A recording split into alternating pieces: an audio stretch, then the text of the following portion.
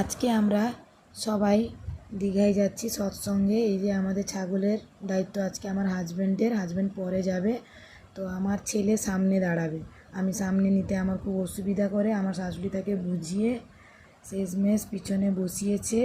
পিছনে বসেছে কীরকম দেখেছেন, এত দুষ্টু। তো সব অবশেষে আমরা দীঘায় সৎসঙ্গে পৌঁছে গেলাম।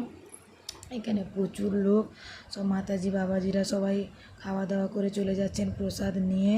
আমরা ঢুকে গেছি। এই যে কত বড় আশ্রম দেখেছেন তো, অনেক বড় আশ্রম। আপনারা যারা দীঘা আসবেন এখানে একবার ঘুরে যাবেন।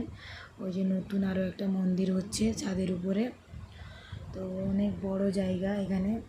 তো আমার বাড়ির পাশে একজন কাকু আমাদেরকে নিয়ে এসছেন, উনি জয়গুরুর ভক্ত।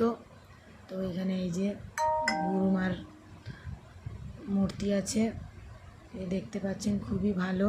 যে প্রচুর লোক, ওই নাম সংকীর্তনের কাছে যাওয়া যাচ্ছে না। তারপরে ওখানে খাওয়া দাওয়া হচ্ছে চেয়ার টেবিলে, ও পাশে বসে খাওয়া হচ্ছে। তো আমরা বসেই খাবো, চেয়ার টেবিলে খাবো না, যেহেতু বৃষ্টিতে এত জল সেখানে বসা যায়, মানে চেয়ারে বসা খুবই অসম্ভব। তো নিচে জল, জুতো টুতো পরা যায়নি। তো এই যে ওখানে যে ফুলের ফোয়ারাটা আছে, ওইটাকে আমার ছেলে দেখে বলছে, মাম্মাম এটা কি সুইমিং পুল? তো এটা অনেকজন, আমি হেসেছি, আমার শাশুড়িও। তো ওকে একবার সুইমিং পুলে চান করিয়ে আনতে হবে, দিলে ও বুঝতে পারবে কোনটা সুইমিং পুল। তো আমরা ওই যে চলে যাব ওখানে, ও পাশ দিয়ে ঘুরে মন্দিরে।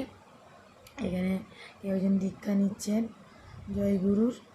এই যে খাওয়া দাওয়া হচ্ছে, তারপরে সেখানে নাম সংকীর্তন হচ্ছে। নাম সংকীর্তনের কাছে কেউ নেই, এখানে গুরুদেবের মূর্তি আছে চাঁদের উপরে। তো এখানে নাম সংকীর্তন হয় নিশ্চয়ই, আমি ফার্স্ট টাইম গেছি। তো আমরা খেতে বসে গেছি অবশেষে। খাবার এত গরম ছিল যে যার জন্য আমরা ভিডিও করিনি। এই যে সবার প্রচুর খিদা পেয়ে গেছে, তাই সবাই চুপচাপ বসছে, ভাবছে যে কখন খাবার আসবে। এই যে দুটো বানর, এরাও ভাবছে আমরা খাবো, এদেরও জোর খিদা লেগে গেছে। তাই খাবারে ছিল ঘন্ট, ডাল, ভাত, পনির, পটলের তরকারি, আর ছিল চাটনি, পায়েস। রান্নাগুলো খুব ভালো হয়েছিল, কিন্তু এত গরম, তাই আমরা খেতে পারিনি। বাই বাই বন্ধুরা, আপনারা দীঘা এলে একবার ঘুরে যাবেন।